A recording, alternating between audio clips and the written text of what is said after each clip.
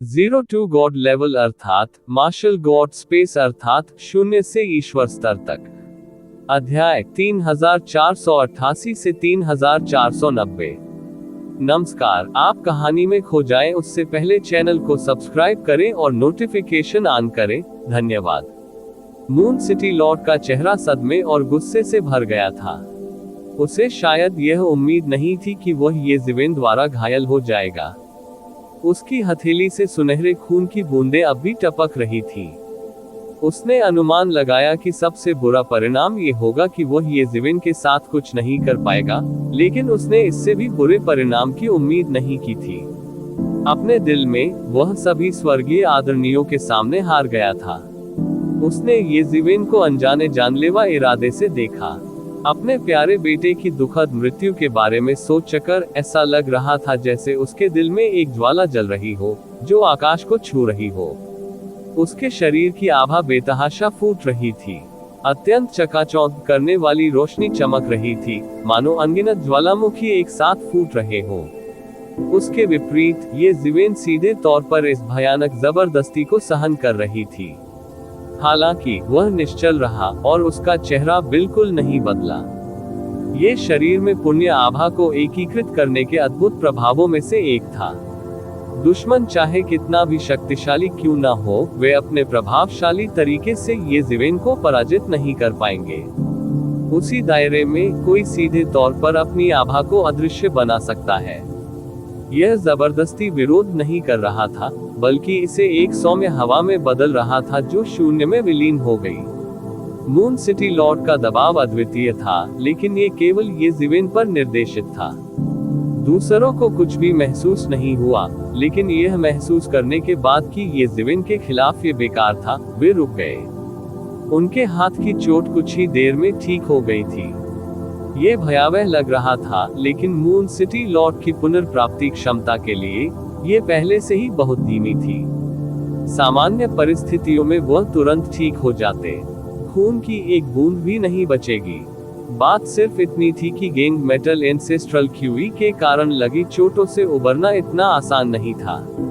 ये संपूर्ण गेंग धातु युग के मूल खजानों में से एक था। पूरे युग में उनमें से बहुत सारे नहीं हो सकते हैं।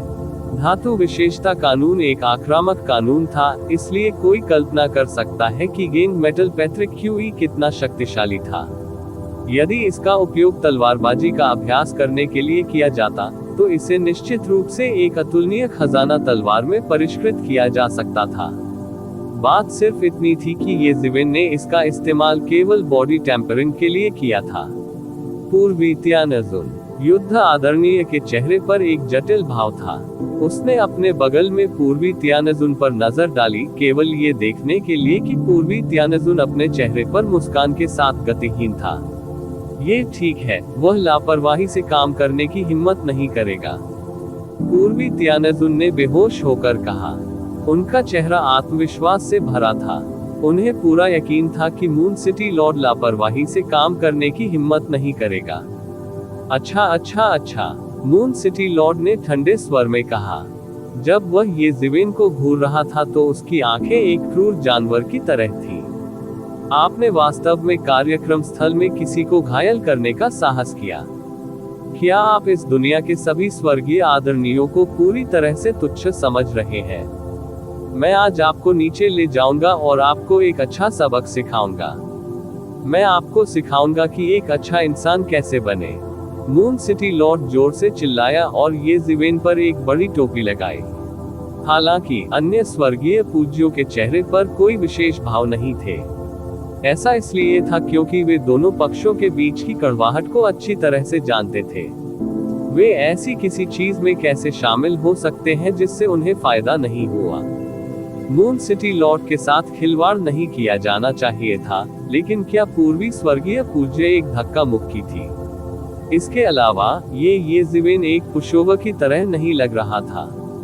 हमला करो और घायल करो। मुझे नहीं लगता कि तुम्हें यहाँ निर्णय लेने का अधिकार है।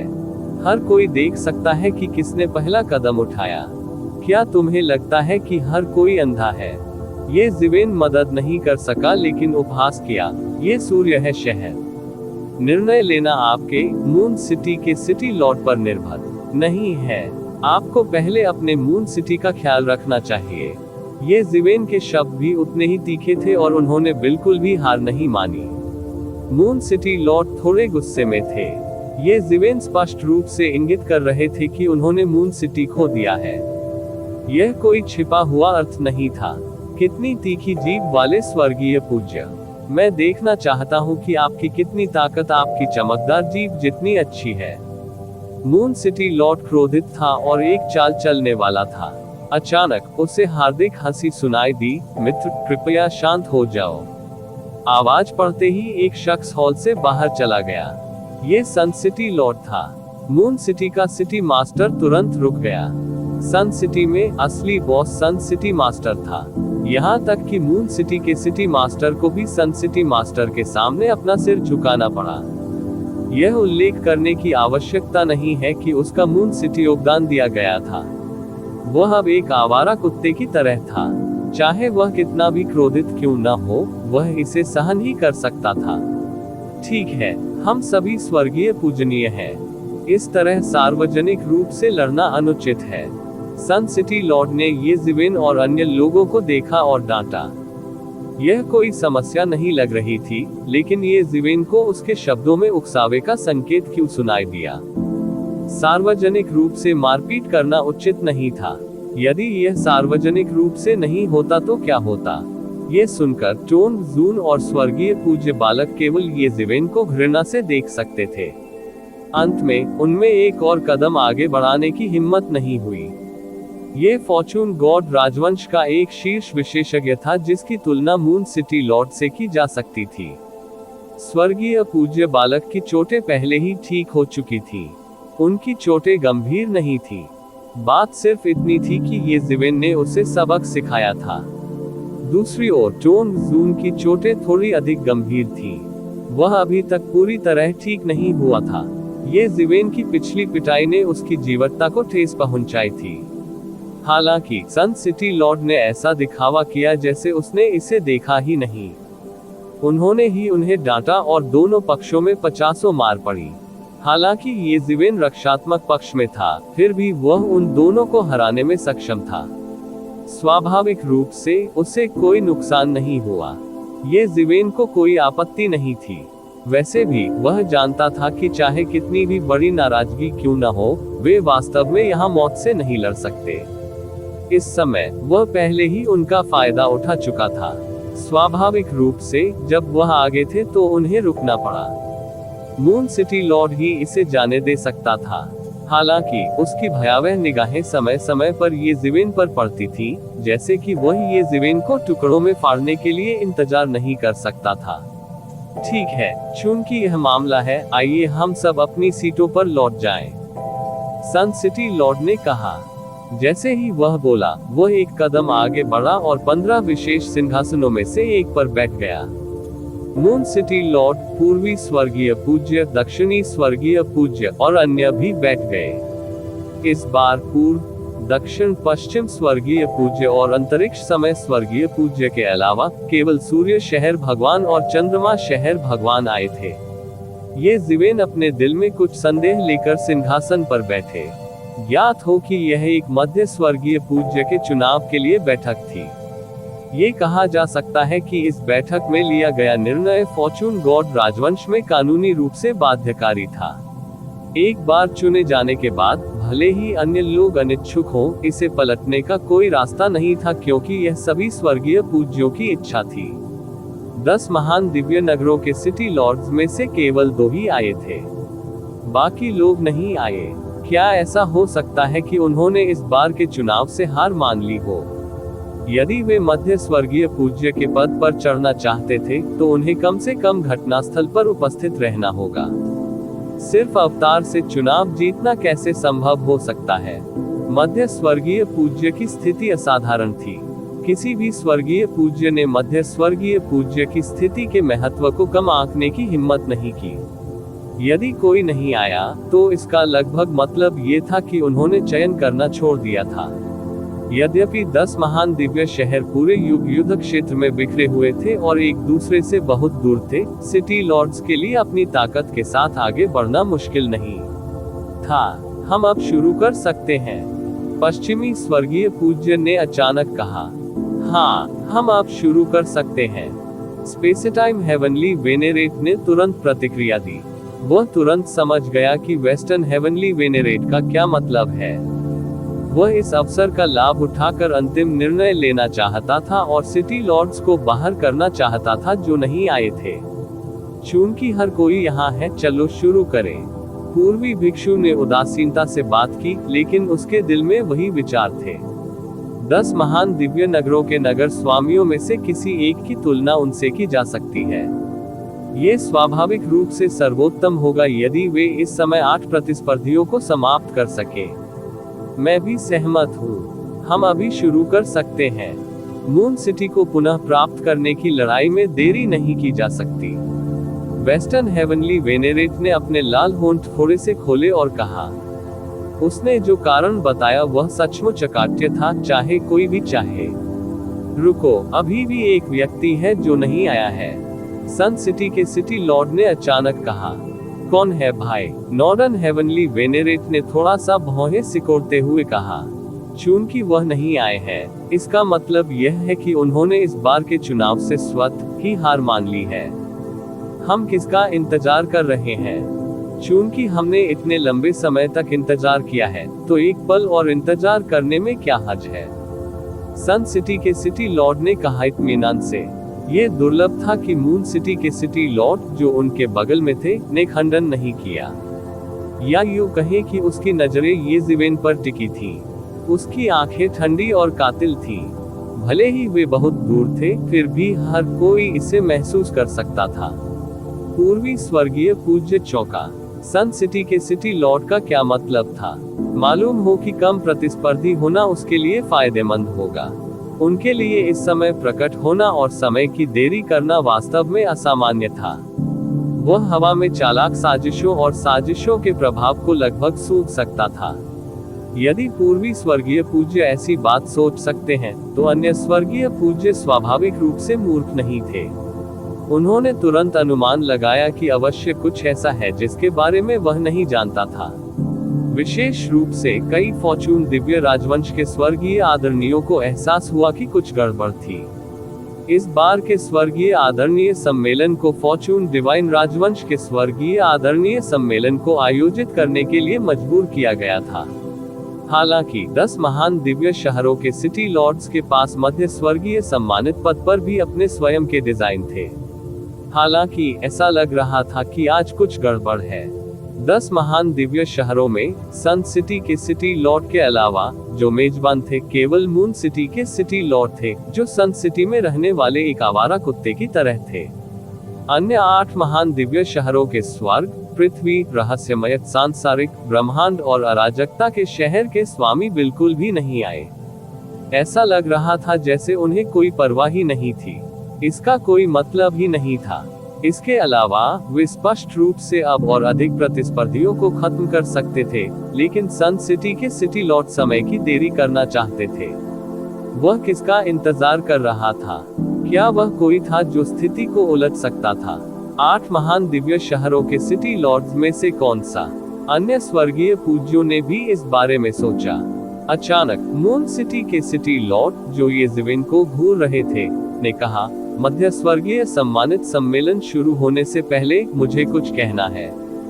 मुझे स्वर्गीय सम्मानित सम्मेलन में सभी स्वर्गीय भिक्षुओं को गवाही देना चाहिए। दाओवादी मित्र कृपया बोले। दाओवादी मित्र क्या कहना चाहता है? स्वर्गीय पूज्यों ने एक के बाद एक पूछा। हालांकि ऐसा लग रहा था जैसे उन्होंने अपने दिल में कुछ अनुमान लगा लिया हो। अर्थात इस मानव मार्शल वेनेरेट ने मेरे बेटे को तब मार डाला जब फॉर्चून गॉड राजवंश एक महान दुश्मन का सामना कर रहा था। उसने एक प्राचीन युग के स्वर्गीय वेनेरेट को भी मार डाला जिसे मैंने पकड़ लिया था। इससे मेरे और पूर्वी हेवनली वेनेरेट के बीच टकराव हुआ। यह एक अक्षम्य अपराध है। इसकी अधिक संभावना है कि वह प्राचीन युग का जासूस है। मुझे आशा है कि फॉर्चून गॉड राजवंश उसे दंडित करेगा और उसकी हड्डियों को पीसकर राख कर देगा। प्रतिवेदन किसी भी खराब अनुवाद के बारे में हमें बताने के लिए टेक्स्ट का चयन करें और रिपोर्ट पर क्लिक करें। लेस देन पिछला सूचकांक अगला ग्रेटर देन अर्थात इस मानव श्रद्धेय मार्शल आर्टिस्ट ने मेरे बेटे और प्राचीन युग के एक स्वर्गीय पूज्य को मार डाला, जिसे मैंने तब पकड़ लिया था जब फॉर्चून गॉड राजवंश का दुश्मन हमारे ठीक सामने था। इससे मेरे और पूर्वी स्वर्गीय पूज्य के बीच टकराव हुआ। यह एक अक्षम्य अपराध है। इसकी अधिक संभावना है कि वह प्राचीन युग का जासूस है। मुझे आशा है कि फॉर्चून गॉड राजवंश उसे दंडित करेगा और उसे राख में बदल देगा।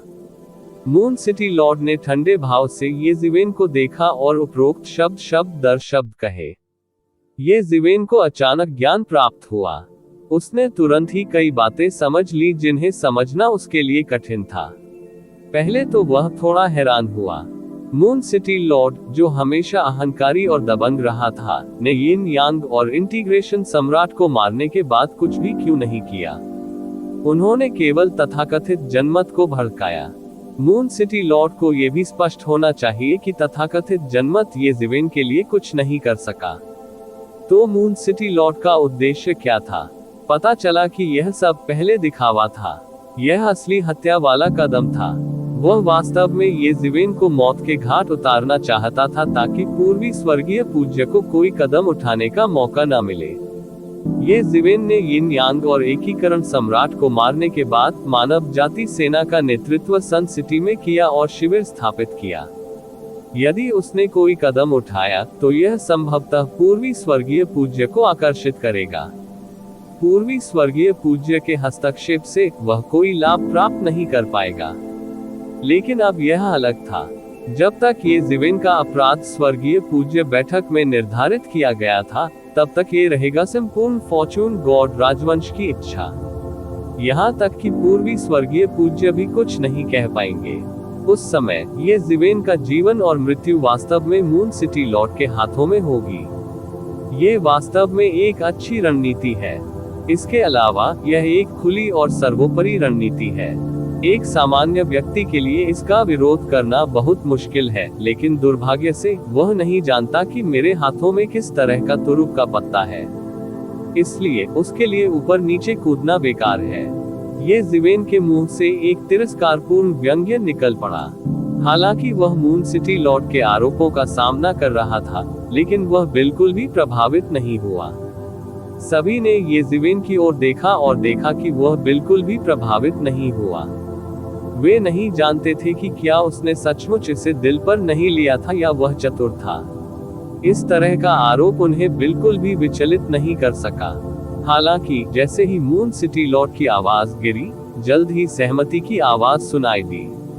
हाँ, ऐसी संभावना है कि वू जून एक जासूस है, अन्यथा वो फॉर्चून गॉड राजवंश के दो शिविरों के बीच शिकायतों को कैसे भड़का सकता है। एक जीवन के बदले एक जीवन, वू जून को इसकी कीमत चुकानी पड़ेगी। माननीय वू, आप क्या करने की कोशिश कर रहे हैं? क्या आप मेरे फॉर्चून दिव्य राजवंश की शांति को नष्ट करने की कोशिश कर रहे हैं? वू जून, वह प्राचीन युग का जासूस होना चाहिए। एक के बाद एक आरोप लगे, हर आरोप पिछले से भी ज्यादा जोरदार और अप्रिय। येजिवेन ने इसे अनसुना कर दिया और खुद से कहा, उसने वास्तव में बहुत सारे लोगों को जोड़ा है। आदरणीय सम्राट, सम्राट, वू सम्राट, सम्राट, सम्राट, सम्राट, सम्राट, सम्राट और सम्राट, सम्राट, चंद्रमा शहर, सम्राट, सम्राट, सम्राट, भगवान, राजा, गुरु, सम्राट, सम्राट, सम्राट, सम्राट, सम्राट और मालिक। वह वू सम्राट, वू मैं सम्राट, राजा, सम्राट, सम्राट, रे, वू का राजा, ये वह रे, सम्राट, सम्राट, सम्राट और वह और सम्राट और रे, वू जून। इससे आपका क्या मतलब है? आप बिना सबूत के बकवास कर सकते हैं। स्वर्गीय आदरणीयों में से एक चिल्लाया। आप बिना सबूत के कह सकते हैं कि मैं प्राचीन युग का जासूस हूँ, तो मैं ऐसा क्यों नहीं कह सकता? येजिवेन ने हल्के से मुस्कुराते हुए कहा, मुझे परवाह नहीं है कि आपको उससे कितने लाभ मिले हैं, लेकिन कुछ चीजें हैं जिनमें आपको हस्तक्षेप नहीं करना चाहिए। ये जीवेन के रवैये ने स्वर्गीय आदरणीयों को क्रोधित और क्रोधित कर दिया। उनकी नजर में ये जीवेन का प्रदर्शन कितना भी अच्छा क्यों न हो, वह अभी भी एक जूनियर था। जब ये जीवेन ने उन्हें नीची दृष्टि से देखने का साहस किया तो वे क्रोधित कैसे नहीं हो सकते थे। इसके अलावा उन्हें थोड़ा दोषी भी महसूस हुआ। ये जीवेन ने उनके बीच हितों के टकराव को उजागर कर दिया था, इसलिए वे अपने दिलों में अपराध को छुपाने के लिए चिल्लाए। ओह, ऐसी कोई बात है। सन सिटी लॉर्ड के मुंह का कोना असमंजस में मुड़ गया। अब जब मून सिटी लॉर्ड्स का मामला उजागर हो गया तो समय के लिए रुकने पर कौन ध्यान देगा। उनका लक्ष्य पूरा हो चुका था। उस मामले में हमें जांच करनी होगी। आखिरकार मून सिटी को वापस लेने का ये सबसे महत्वपूर्ण समय है। हम इसे नजरअंदाज नहीं कर सकते। सन सिटी लॉर्ड स्पष्ट रूप से मून सिटी लॉर्ड के पक्ष में था और ये जीवेन पर दबाव बनाना चाहता था। ऐसा लगा मानो उसने इसके बारे में पहली बार सुना हो। वास्तव में वह मून सिटी लॉर्ड के कारण जनमत के उन्माद के बारे में कैसे नहीं जान सकता था। वह सिर्फ न जानने का नाटक कर रहा था। उपस्थित स्वर्गीय आदरणीय शायद ये नियांग हामनी सम्राट और मून महारानी बियान शियाओयू के बीच के मामले के बारे में जानते थे। हालांकि सच्चाई जानना एक बात थी, पक्ष में खड़ा होना दूसरी बात। अन्य महान स्वर्गीय आदरणीयों का ये जीवेन की मदद के लिए आगे आने का कोई इरादा नहीं था। इस समय ये जीवेन पूर्वी हेवनली वेनेरेबल्स शिविर के एक सक्षम जनरल थे। उसे खोना पूर्वी स्वर्गीय आदरणीयों की एक भुजा खोने के बराबर था। क्यों नहीं, वू जून, तुम अब भी इसे अस्वीकार करने का साहस कर रहे हो। मून सिटी लॉर्ड ने कहा, चाहे तुम जासूस हो या नहीं, किसी भी हालत में मैं सबसे पहले तुम्हें पकड़ लूंगा और इस मामले की पूरी जांच करूंगा। जैसे ही मून सिटी के सिटी लॉर्ड ने बात की, उनके चेहरे पर एक भयावह मुस्कान दिखाई दी। यदि ये जीवेन उसके हाथों में पड़ जाती तो यह उसके कुछ शब्दों की ही बात होती। वह निश्चित रूप से ये जीवेन से मौत की भीख मांगेगा, लेकिन वह भीख नहीं मांग सकता था। यही असली कारण था कि वह अब तक सहन कर रहा था। एक बार जब उसने ये जीवेन को पकड़ लिया तो वह उसकी मार्शल आर्ट को निष्क्रिय कर देगा, उसकी आत्मा निकाल लेगा और दिन रात उसे प्रताड़ित करेगा। मामले की तथाकथित सच्चाई उसके द्वारा किसी भी समय गढ़ी जा सकने वाली बात से अधिक कुछ नहीं होगी। ये जीवेन समझ गया कि मून सिटी लॉर्ड अंततः इसे और बर्दाश्त नहीं कर सका। उन्होंने ऐसे दबंग व्यक्ति को ये जीवेन से निपटने के लिए ऐसी योजना का इस्तेमाल करने के लिए मजबूर किया। कोई कल्पना कर सकता है कि वह ये जीवेन से कितनी नफरत करता था। यदि ये जीवेन मून सिटी लॉर्ड के हाथों में पड़ गया तो परिणाम स्पष्ट होंगे। इंतजार। पूर्वी स्वर्गीय आदरणीय ने महत्वपूर्ण क्षण में एक कदम उठाया। लगभग तुरंत ही उसने मून सिटी लॉर्ड की तकनीक को बाधित कर दिया। पूर्वी स्वर्गीय आदरणीय, क्या गलत है? क्या आप इस जासूस की रक्षा करने जा रहे हैं? मून सिटी लॉर्ड ने अपना सिर घुमाया और गुस्से से घूरने के अलावा कुछ नहीं कर सका। उसका चेहरा चमकते हुए वज्र के समान लग रहा था। हालांकि वह अपने दिल में डरा हुआ था। वह शुरू से ही पूर्वी तियानजुन के हस्तक्षेप से सावधान रहा था। जब तक वह ये जीवेन को बिजली की गति से पकड़ सकता है, तब तक निम्नलिखित मामलों को संभालना आसान होगा। इसके लिए पूर्वी तियानजुन के लिए उससे लड़ना असंभव था। इसके अलावा उनके पीछे कई लोग खड़े थे। हालांकि अपनी सभी सावधानियों के बावजूद वह अभी भी पूर्वी स्वर्गीय आदरणीयों को नहीं रोक सका। इतने वर्षों के बाद पूर्वी स्वर्गीय आदरणीयों का कौशल और भी गहरा हो गया। वे लगभग अथाह थे। जासूस की रक्षा। मुझे नहीं लगता कि मामले की पूरी जांच होने से पहले आपको मुझे फोन करना चाहिए, पूर्वी स्वर्गीय आदरणीय ने बेहोश होकर कहा। मून सिटी लॉर्ड मजबूत था, लेकिन वह हीन नहीं था। रुतबे के मामले में वह बिल्कुल भी कमतर नहीं थे। उल्लेख करने की आवश्यकता नहीं है, मून सिटी लॉर्ड इस समय एक आवारा कुत्ते की तरह था। वह उस पर ध्यान कैसे दे सकता था? मेरा किसी की रक्षा करने का कोई इरादा नहीं है। ये सिर्फ इतना है कि मैंने एक ऐसा संस्करण सुना है जो ऐसा प्रतीत नहीं होता है। हम इसे सुनने के बाद बात क्यों नहीं करते? आप क्या सोचते हैं? पूर्वी स्वर्गीय आदरणीय ने धीरे से कहा और शांति से। ऐसा लग रहा था कि सब कुछ उसके नियंत्रण में है। उसे दबंग मून सिटी लॉर्ड और उभरते सन सिटी लॉर्ड के खतरे की परवाह नहीं थी, जो मून सिटी लॉर्ड का पक्ष ले रहा था। मून सिटी ने कहा, इसका और क्या संस्करण है? वह बस बड़बड़ा रहा है। मुझे नहीं लगता कि उसे जो कहना है उसे सुनने की जरूरत है। आइए उसे मौके पर ही पकड़ ले। हम धीरे धीरे अन्य मामलों की जांच कर सकते हैं। प्रभु तुरंत सतर्क हो जाएं। ईस्टर्न हेवनली वेनेरेबल्स का हमला उनकी उम्मीदों के अनुरूप था, लेकिन बाद वाले के शब्द उनकी उम्मीदों से पूरी तरह बाहर थे। इसलिए उन्हें तुरंत एहसास हुआ कि कुछ गड़बड़ है। चूंकि पूर्वी स्वर्गीय आदरणीय ने ऐसा कहा था, इसलिए उन्हें कुछ आत्मविश्वास होना चाहिए। एक पल के लिए वह ऐसी किसी भी चीज के बारे में नहीं सोच सका जिसका इस्तेमाल पूर्वी स्वर्गीय आदरणीय उसके खिलाफ कर सकते थे। इस समय वह सतर्क रहने के अलावा कुछ नहीं कर सका। उसने लगभग तुरंत ही निर्णय ले लिया कि वह येज़ेवेन को बोलने नहीं दे सकता। इससे कोई फर्क नहीं पड़ता कि येज़ेवेन क्या कहना चाहता था, वह इसे कहना जारी नहीं रख सका। जैसा कि कहा जाता है, यदि आप दोनों पक्षों को सुनते हैं तो आप प्रबुद्ध हो जाएंगे। ऐसा क्या है कि आप लोगों को अपनी बात पूरी नहीं करने दे सकते? अचानक, जैसे ही पूर्वी स्वर्गीय आदरणीय और मून सिटी लॉर्ड एक दूसरे का सामना करने वाले थे, अन्य पश्चिमी हेवनली वेनेरेबल्स ने अचानक पूर्वी हेवनली वेनेरेबल्स और येज़ेवेन का समर्थन करने के लिए बात की। पश्चिमी स्वर्गीय आदरणीय की आवाज सुनने में सुखद थी। ये चांदी की घंटी की तरह था, लेकिन इसका निर्णायक प्रभाव था। इससे मैदान पर स्थिति तुरंत पलट गई। यहाँ तक कि येज़ेवेन भी आश्चर्य से पश्चिमी स्वर्गीय आदरणीयों को देखने से खुद को नहीं रोक सके। ऐसा इसलिए था क्योंकि उसने कभी नहीं सोचा था कि पश्चिमी स्वर्गीय आदरणीय वास्तव में उसका समर्थन करने के लिए बोलेंगे। क्या सभी प्रतिस्पर्धियों को कमजोर करना उनका उद्देश्य नहीं था? आपकी मदद के लिए आपको धन्यवाद। येज़ेवेन ने गुप्त रूप से अपनी आवाज पश्चिमी स्वर्गीय आदरणीय के कानों तक पहुंचाई। आप मुझे किस लिए धन्यवाद दे रहे हैं? क्या मेरा बोलना अजीब है? क्या आपको लगता है कि मैं आपको केवल तभी मारूंगा जब आप नीचे होंगे? पश्चिमी स्वर्गीय आदरणीय ने कहा, जैसे कि वह खुश था। मैं मध्य स्वर्गीय आदरणीय के पद के लिए प्रतिस्पर्धा करना चाहता हूँ।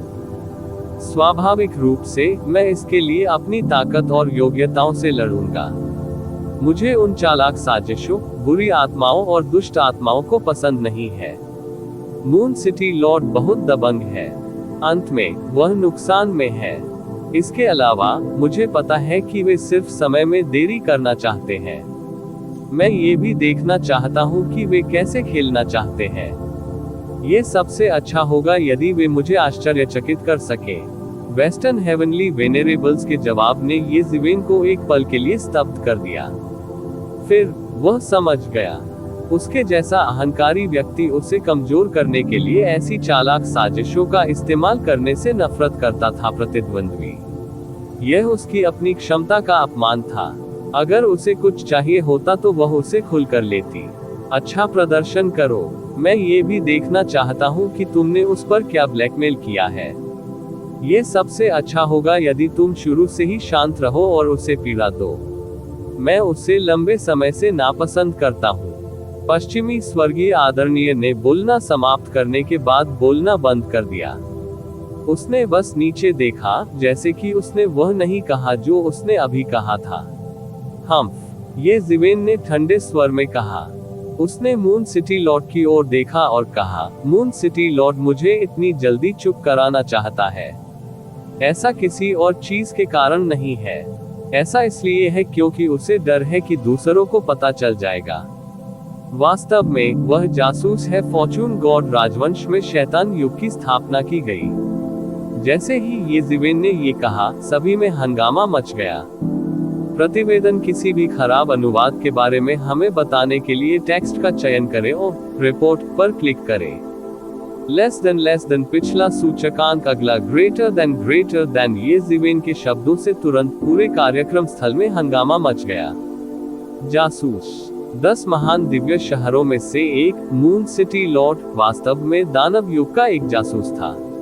भले ही यह सच था या नहीं, ऐसी राय व्यक्त करने मात्र से उपस्थित स्वर्गीय पूज्यों में हंगामा मच गया। ये कहा जा सकता है कि यह एक ऐसा पत्थर था जिससे हजारों लहरें उठी। सबकी निगाहें वहां मौजूद दो लोगों पर टिकी थी। यहाँ तक कि सन सिटी लॉर्ड, जो हमेशा ऐसा दिखता था कि जीत उसकी मुट्ठी में है, ने भी अपनी आंखें चौड़ी कर ली। हालांकि उसने अनुमान लगाया था कि पूर्वी स्वर्गीय पूज्य के पास हस्तक्षेप करने के अपने कारण होंगे, लेकिन उसने ये ज़िवेन से ऐसे विस्फोटक शब्द कहने की उम्मीद नहीं की थी। जहरीली बदनामी। लंबे समय तक चुप्पी के बाद आखिरकार हर कोई लूना सिटी के सिटी लॉर्ड की तेज दहाड़ से उबर गया। मून सिटी लॉर्ड ये ज़िवेन के शब्दों से स्तब्ध लग रहा था। उसे उम्मीद नहीं थी कि ये ज़िवेन वास्तव में उस पर इस तरह का आरोप लगाएगी। जब आरोप की बात आई तो इससे ज्यादा गंभीर बात शायद कुछ नहीं थी। यदि फॉर्चून गॉड राजवंश कुछ भी बर्दाश्त कर सकता था, तो यह मामला बिल्कुल असहनीय था। उसने इसका इस्तेमाल ये ज़िवेन से निपटने के लिए किया था, लेकिन ये ज़िवेन ने वास्तव में बिल्कुल विपरीत किया था और उसके खिलाफ भी वही चाल अपनाई थी। हालांकि वह जल्दी ही संभल गया और उपहास करते हुए बोला, तुमने मुझे खोखले शब्दों में फंसाने की हिम्मत की। यह एक अक्षम्य अपराध है। मून सिटी लॉर्ड कोई साधारण व्यक्ति नहीं थे। उन्होंने लगभग तुरंत ही स्थिति को उलट दिया। ये ज़िवेन बिल्कुल भी नहीं डरी। उन्होंने बस इतना कहा, पहले मेरा स्वर्गीय पूजनीय बैठक में मून सिटी लॉर्ड के साथ संघर्ष हुआ था। तब मुझे कई दानव युग स्वर्गीय पूज्यों ने घेर लिया था। जहां तक मुझे पता है, इन दानव युग स्वर्गीय पूज्यों को सभी द्वारा भर्ती किया गया था मून सिटी भगवान। हर किसी को एहसास हुआ क्योंकि उन्होंने लगभग तुरंत ही उस पर विश्वास कर लिया। यह मून सिटी लॉर्ड के प्रतिशोधी चरित्र के अनुरूप था, इसलिए उन्होंने जो कहा वह 100% सच था। मून सिटी लॉर्ड पर निश्चित रूप से गलत आरोप नहीं लगाया जाएगा। यदि मून सिटी लॉर्ड ने कुछ नहीं किया और ये ज़िवेन को जाने दिया, तो इसका कोई मतलब नहीं होगा। इसके अलावा हर कोई जानता था कि जब से उसने मून सिटी को खोया है, मून सिटी लॉर्ड तेजी से अनुचित और दबंग हो गया है। ये भी बहुत सामान्य था। सभी का मानना था कि यह मून सिटी लॉर्ड द्वारा किया गया था। हालांकि समस्या ये थी कि मून सिटी लॉर्ड ने स्वयं ऐसा नहीं किया था। वह ये ज़िवेन द्वारा कैसे पकड़ा जा सकता था, और इसे इतने विश्वास के साथ बताया भी गया था। चुप रहो।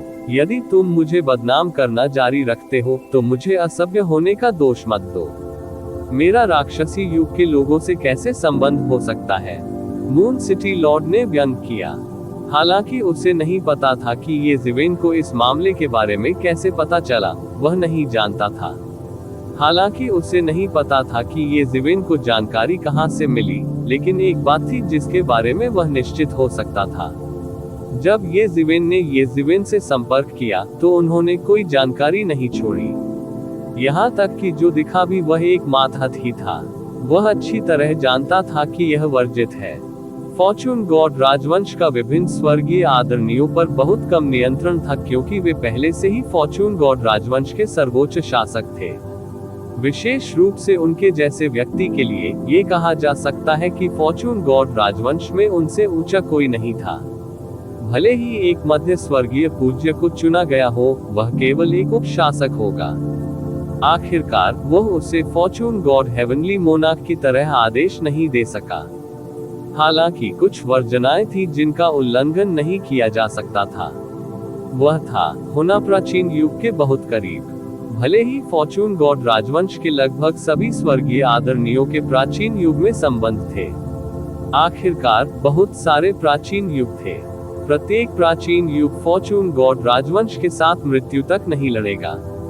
इसके अलावा जो लोग उनसे मित्रता कर सकते थे, वे बिना किसी अपवाद के प्राचीन युग के उत्कृष्ट व्यक्ति थे। वे सभी शक्तिशाली लोग थे जो महान दाव के शिखर पर पहुंच गए थे। अक्सर ऐसी स्थितियां आती थी जहां बिना लड़े वे एक दूसरे को जान ही नहीं पाते थे। हालांकि ये सब निजी था और इसे मेज पर नहीं रखा जा सका। फॉर्चून गॉड राजवंश के स्वर्गीय आदरणीय लोगों से निपटने के लिए प्राचीन युग में किसी के कनेक्शन का उपयोग करने का उल्लेख नहीं किया गया है। वह निश्चित रूप से एक समस्या होगी। इसे कोई भी स्वीकार नहीं कर पाएगा। इसलिए उसे बहुत सावधान रहना पड़ा। भले ही राक्षसी युग के लोगों को पता था कि यह उसका इरादा था, उनके पास कोई सबूत नहीं था। हालांकि मून सिटी लॉर्ड अहंकारी था, फिर भी वह लापरवाह और अज्ञानी नहीं था, अन्यथा वह आज तक जीवित न रह पाता। यह उससे और रेडियंट होली वेनेरेट और येज़िविन और हेवन टेलिस्मैन इमोर्टल से अलग था। पूर्व रेडियंट होली वेनेरेट को मून सिटी लॉर्ड ने अपने अधीन कर लिया था। वह निश्चित रूप से प्रत्यक्ष वंशजों की तुलना में अधिक प्रत्यक्ष था। हालांकि हेवन टेलिस्मैन इमोर्टल येज़िविन के अधीन नहीं था, उसने येज़िविन पर भरोसा किया। उन्हें बमुश्किल उनमें से एक माना जा सकता है। उसे अब प्राचीन युग के भाग के रूप में नहीं गिना जा सकता। उसे यकीन था कि येज़िविन कोई सबूत पेश नहीं कर पाएगा, इसलिए वह निश्चिंत होकर अपनी बात कह सके। हालांकि उन्होंने कभी उम्मीद नहीं की थी कि येज़िविन का दिनचर्या का पालन करने का कोई इरादा नहीं था। उन्होंने सामान्य ज्ञान के अनुसार अपने पत्ते नहीं खेले। येज़िविन मंद मंद मुस्कुराई और बोली, मैं भगवान की कसम खाने की हिम्मत करती हूँ कि मैंने इस मामले में झूठ नहीं बोला। क्या आप ऐसा करने की हिम्मत करते हैं? येज़िविन ने अभी बोलना समाप्त ही किया था कि अचानक तेज गड़गड़ाहट की आवाज आई और हर कोई तुरंत समझ गया कि क्या हो रहा था। येज़िविन स्वर्ग की शपथ ले रहा था। स्वर्ग ने इसे महसूस कर लिया था और गड़गड़ाहट की आवाज नीचे भेज दी, ये दिखाने के लिए कि यह येज़िविन के लिए गवाही दे रही थी। यदि नहीं, तो ये गड़गड़ाहट की आवाज नहीं होती, बल्कि बिजली और गड़गड़ाहट होती। इससे कोई फर्क नहीं पड़ता अगर आम लोग लापरवाही से स्वर्ग की ओर इशारा करते और कसम खाते, क्योंकि स्वर्ग को कोई परवाह नहीं होगी। हालांकि उनके जैसे लोग ऐसा नहीं कर सके। वे पहले से ही दिव्य पूज्य थे जो स्वर्ग और पृथ्वी से ऊपर थे। उनकी हर हरकत पर स्वर्ग की नजर रहेगी। एक बार जब उन्होंने स्वर्ग की ओर इशारा किया और शपथ ली, तो उन्हें सच बताना पड़ा। यदि जरा सा भी झूठ होता तो स्वर्ग प्रतिकार करता। ऐसा इसलिए था क्योंकि स्वर्ग के सामने लेटना स्वर्ग के साथ खेलने के बराबर था। यह एक जघन्य अपराध था। यहाँ तक कि एक दिव्य पूज्य भी ऐसे परिणाम सहन नहीं कर सकता था। झूठ बोलने के परिणाम सामान्य साधकों की तुलना में अनगिनत गुना अधिक गंभीर होते थे। इसलिए जब येज़िविन ने स्वर्ग की ओर इशारा किया और शपथ ली, तो सभी ने उस पर विश्वास किया। वास्तव में हर कोई पहले से ही उस पर विश्वास करता था, क्योंकि यह मून सिटी लॉर्ड की कार्य करने की शैली के अनुरूप था। बात बस इतनी थी कि उन्हें अब दोबारा इसकी पुष्टि करनी थी। मून सिटी लॉर्ड को येज़िविन ने इस हद तक मजबूर किया था। वह तुरंत लाल हो गया, क्योंकि उसे उम्मीद नहीं थी कि येज़िविन इतना अपरंपरागत व्यवहार करेगा। प्रमाण, क्या सबूत की जरूरत थी? बेशक वहां था। हालांकि अब जब उसने स्वर्ग की ओर इशारा किया था और स्वर्ग को अपने गवाह के रूप में इस्तेमाल किया था, तो किसी सबूत की कोई आवश्यकता नहीं थी। ऐसा इसलिए था क्योंकि स्वर्ग की गवाही सबसे विश्वसनीय और अकाट्य साक्ष्य थी। इससे वह सीधे तौर पर सबूत निकालने से भी अधिक निःशब्द हो गया कि उसने शैतान पथ युग के लोगों को उकसाया था। डेविल पाथ युग ने अगुवाई की और मून सिटी में योगदान देने के लिए कई प्राचीन युगों का नेतृत्व किया। उन्हें मेरे फॉर्चून गॉड राजवंश का कट्टर दुश्मन होना चाहिए था। उन्होंने बार बार मेरे फॉर्चून गॉड राजवंश पर हमला करने की भी कोशिश की है, लेकिन आपने वास्तव में गुप्त रूप से उनसे संपर्क किया। आपके इरादे क्या हैं? क्या आप स्वर्ग की शपथ लेने का साहस करते हैं कि आपने कभी भी शैतान पथ युग के शैतान भक्तों को मुझ पर हमला करने के लिए उकसाया या संकेत नहीं दिया है? येज़िविन चिल्लाया और उसने मून सिटी लॉर्ड की ओर इशारा किया। येज़िविन की आवाज एक महान घंटी की तरह थी, जिसने उपस्थित प्रत्येक स्वर्गीय पूज्य और सम्राट के दिलों को छू लिया। बहुत से लोगों ने मून सिटी लॉर्ड को अविश्वास और शत्रुता की दृष्टि से देखा थे। अपने दिलों में उन्हें लगा कि यह सचमुच अजीब था। डेविल पाथ एरा ने अभी अभी अपनी अजेय शक्ति का प्रदर्शन किया था और मून सिटी पर कब्जा कर लिया था। उन्होंने मून सिटी लॉर्ड का पीछा किया था और उसे एक आवारा कुत्ते की तरह आतंकित कर दिया था। लेकिन पलक झपकते ही ऐसा लगा कि मून सिटी लॉर्ड ने मून सिटी पर कब्जा करने की नफरत छोड़ दी है और इतनी आसानी से उनके लिए ये जिवेन को मारने के लिए उनसे संपर्क किया। यदि शुरुआत में भीड़ ने इसके बारे में ज्यादा नहीं सोचा, तो अब उनके दिलों में अचानक संदेह होने लगा है। यह मामला वास्तव में ये जिवेन का लापरवाही से बोलने का नहीं था। इसमें सचमुच कुछ संदेहास्पद बात थी। चूंकि ये जिवेन ने पहले ही स्वर्ग की ओर इशारा किया था और स्वर्ग की शपथ ली थी, इसलिए वह अधिक से अधिक कुछ चीजें छिपाएगा। उसके झूठ बोलने का कोई रास्ता नहीं था, इसलिए संदेह मून सिटी लॉर्ड पर गया। सभी ने मून सिटी लॉर्ड की ओर एक साथ देखा, मानो उम्मीद कर रहे हो कि वह स्पष्टीकरण दे सकते हैं। मून सिटी लॉर्ड ने आखिरकार इस समय ये जिवेन की योजना को समझ लिया। वह मन ही मन गर्जना करने लगा। ये जिवेन ने बिल्कुल भी सामान्य रास्ता नहीं अपनाया। उन्होंने सामान्य दिनचर्या का पालन नहीं किया। ये सचमुच सिरदर्द था। क्या तुम में कसम खाने की हिम्मत है? ये जिवेन ने मून सिटी लॉर्ड को आक्रामक दृष्टि से देखा। वह मून सिटी लॉर्ड को एक गतिरोध में धकेलना चाहता था और एक झटके में जवाब देने के लिए मजबूर करना चाहता था। हम कसम खाओ। तुम्हें क्या लगता है कि मैं कौन हूँ? मैं तुम्हारे मामलों की कसम कैसे खा सकता हूँ? मून सिटी लॉर्ड ने तुरंत प्रतिक्रिया व्यक्त की और कहा, अगर ये बात पक्की हो गई तो क्या हुआ? जब तक वह कसम न खाता, दूसरे उसका क्या कर सकते थे? वह कसम नहीं खा सकता था।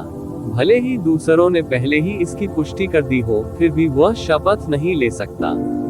एक बार जब उसने शपथ ले ली, तो वह स्वर्गीय दाव को या तो सच बताएगा या झूठ।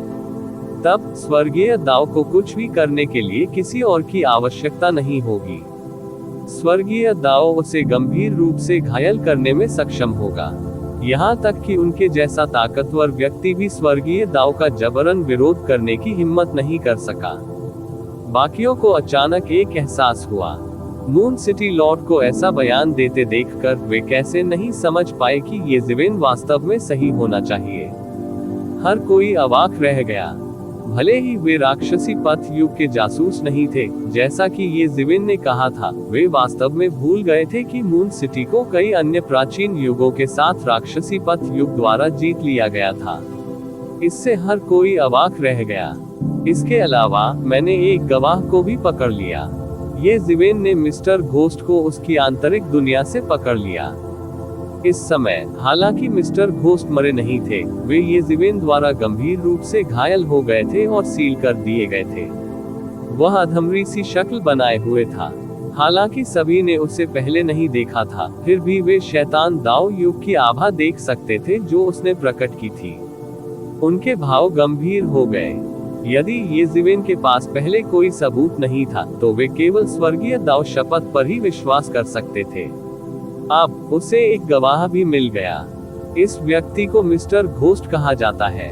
वह पूरे साल यिन यांग और इंटीग्रेशन सम्राट का अनुसरण करता है। मैं पूछना चाहता हूँ, आपका बेटा पूरे साल डेविल डाउ युग के एक बेकाबू विशेषज्ञ को अपने साथ क्यों रखता है? मुझे मत बताएं, तुम्हें पता नहीं। प्रतिवेदन किसी भी खराब अनुवाद के बारे में हमें बताने के लिए टेक्स्ट का चयन करें और रिपोर्ट पर क्लिक करें। लेस देन पिछला सूचकांक, अगला ग्रेटर देन। इसी प्रकार के अपडेट्स लेते रहने के लिए हमारे चैनल ऑडियो बुक्स 108 को सब्सक्राइब करें और नोटिफिकेशन ऑन करें। धन्यवाद।